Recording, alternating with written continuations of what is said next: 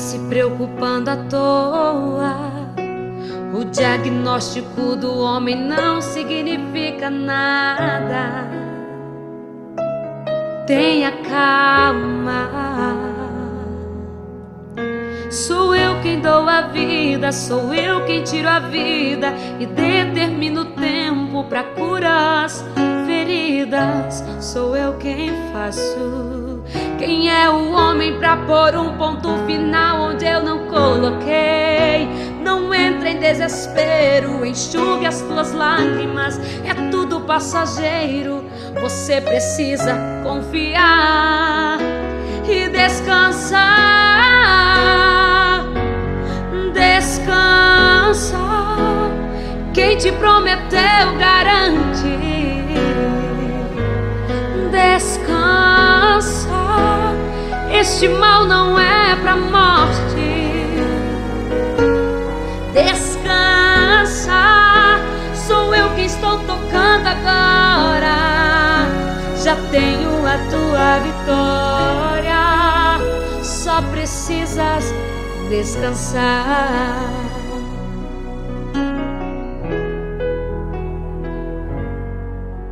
Sou eu quem dou a vida, sou eu quem tiro a vida e determino o tempo pra curar as feridas. Sou eu quem faço. Quem é o homem pra pôr um ponto final onde eu não coloquei? Não entre em desespero, enxugue as tuas lágrimas, é tudo passageiro. Você precisa confiar e descansar. Descansa, quem te prometeu garante. Descansa, esse mal não é pra morte. Descansa, sou eu que estou tocando agora. Já tenho a tua vitória, só precisas descansar. Eu sou Deus antes da medicina, antes de tudo eu já existia. Eu sou dono das noites de choro e também das manhãs de alegria. Eu sou dono de tudo, eu sou. Eu sou dono de tudo, eu sou. Descansa, quem te prometeu garante. Descansa, esse mal não é pra morte. Descansa, sou eu que estou tocando agora. Já tenho a tua vitória, só precisas descansar. Só precisas descansar.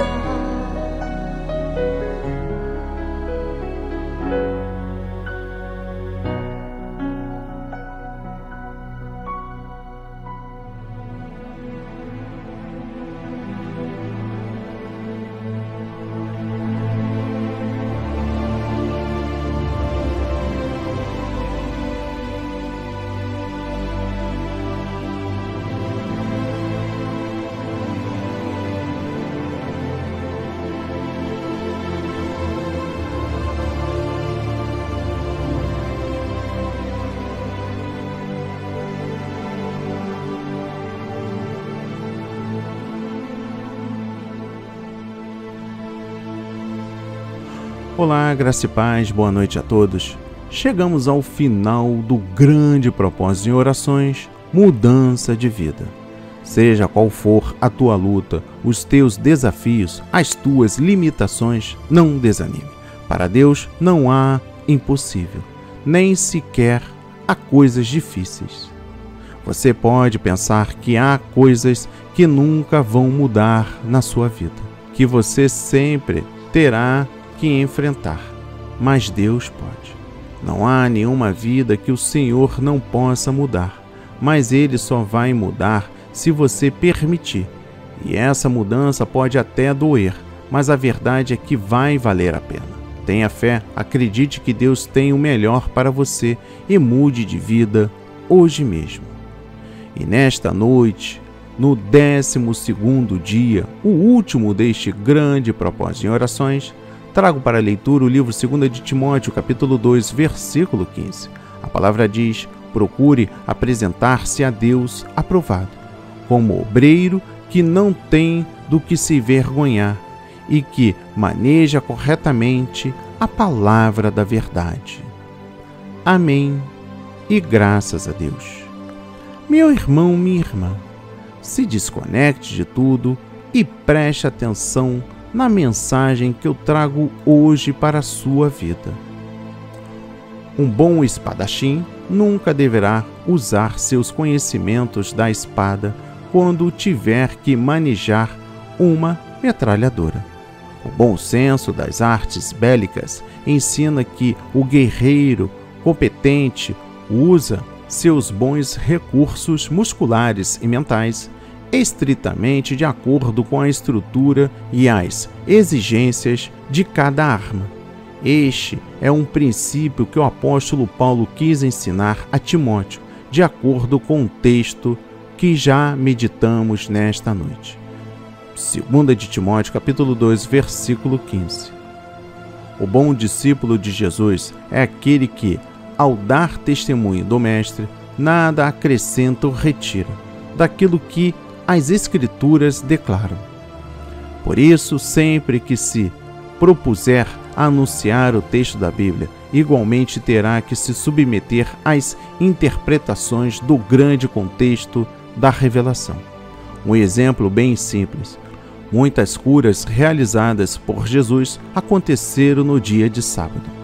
O mínimo de leitura adequada dos evangelhos irá nos ensinar que o objetivo de Jesus na realização de curas ocorridas no 7º dia da semana ultrapassava meras questões de calendário. Por isso, ele fez questão de afirmar que as pessoas e suas necessidades nada têm a ver com o dia do Senhor, a celebração do sábado. Entretanto, foi criada para o bem-estar espiritual e físico de todos os seres humanos. Apesar das coisas evidentes que foram feitas e ensinadas por Jesus, muitos membros da Igreja acreditam que a sua única responsabilidade no reino de Deus aqui na Terra é alimentar controvérsias sobre o que Paulo chamou de meras invenções humanas, que não nos ajudam em nossas necessidades de comunhão com Cristo. Cristão é aquele que se especializa em Cristo. Não é para ser fácil, mas é o único que funciona, se o nosso objetivo é a vida. Um outro pensamento, uma outra reflexão sobre o tema desta noite. O louvor de Zacarias, pai de João Batista, não faz sentido para quem não é judeu, descendente de israelita e vivendo na expectativa do estabelecimento do reino prometido ao rei Davi, com a destruição de seus inimigos. Para quem nasceu no Brasil, é descendente de europeus, africanos, asiáticos, etc., e não tem sangue judeu, as palavras de Zacarias parecem uma carta enviada ao endereço errado. Quando o apóstolo Paulo escreveu ao jovem Timóteo, ele disse algo muito importante: procure apresentar-se a Deus aprovado, como obreiro que não tem do que se envergonhar, que maneja corretamente a palavra da verdade. O verbo traduzido em nossas versões por manejar tem no original grego o sentido de dissecar, isto mesmo, como faz um médico legista com o seu bisturi, separando e identificando cada órgão e a sua função no corpo. Devemos fazer o mesmo com a palavra de Deus, dividindo, separando e identificando cada passagem para aplicá-la de maneira correta. Isso se faz perguntando o que Deus disse, a quem falou, quando, onde, em que circunstâncias, com que objetivo, visando qual povo, época e lugar. Por exemplo, muita gente tenta encaixar no cristianismo coisas que foram ditas explicadamente no contexto do judaico.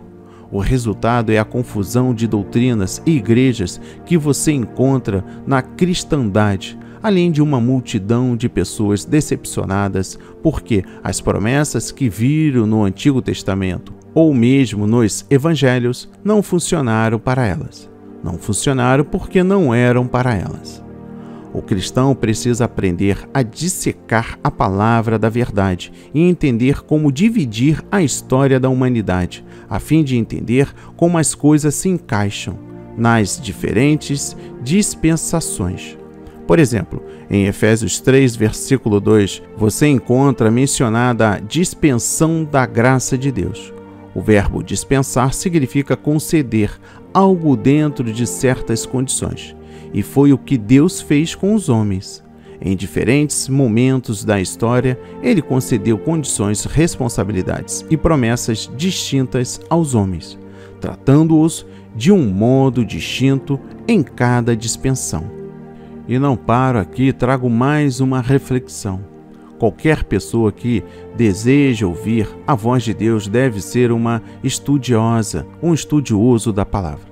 De todas as outras formas que Deus pode escolher para falar conosco, Ele nunca contradirá a palavra escrita, a qual é originalmente identificada pela palavra grega logos. Sua palavra falada na língua grega é reconhecida como rema. Deus faz especificadamente à nossa memória o seu logos para cada situação. Sua palavra rema, ou seja, sua palavra falada a nós, pode não ser encontrada palavra por palavra nas páginas da Bíblia, mas seus princípios sempre serão sustentados pela palavra escrita. Deste modo, a Bíblia confirma se o que estamos ouvindo procede ou não de Deus. Por exemplo, o Logos, a palavra escrita, não nos diz quando comprar um carro novo ou que tipo de carro comprar.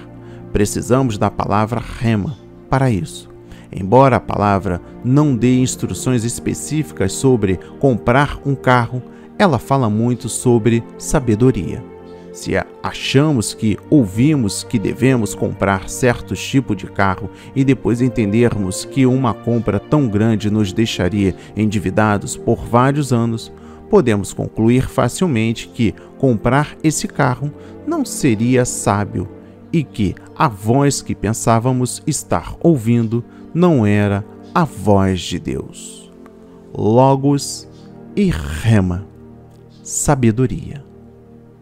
Uma outra reflexão sobre o tema desta noite e último, o Senhor nos chamou e nos chama ainda nos dias de hoje para fazer a sua obra e anunciar o Evangelho para todas as pessoas que ainda não foram alcançadas pelo seu amor. Nesta carta a Timóteo, o apóstolo Paulo recomenda que o obreiro se apresente aprovado, sem motivo para se vergonhar, e que se dedique ao estudo da palavra. Manejar bem a palavra de Deus faz toda a diferença. É o plantar a semente certa, deixar o terreno arado para plantar a palavra da verdade no coração das pessoas. E assim com a convicção de que dará bons frutos. E vamos mais adiante, em contínuo crescimento. Todo novo cristão enfrenta obstáculos. E é claro, todo cristão veterano também os enfrenta. Essas dificuldades nunca vão embora. Nunca chega um momento em que você alcança um patamar espiritual que não as tem. Não há um momento em que você não precise crescer no Senhor.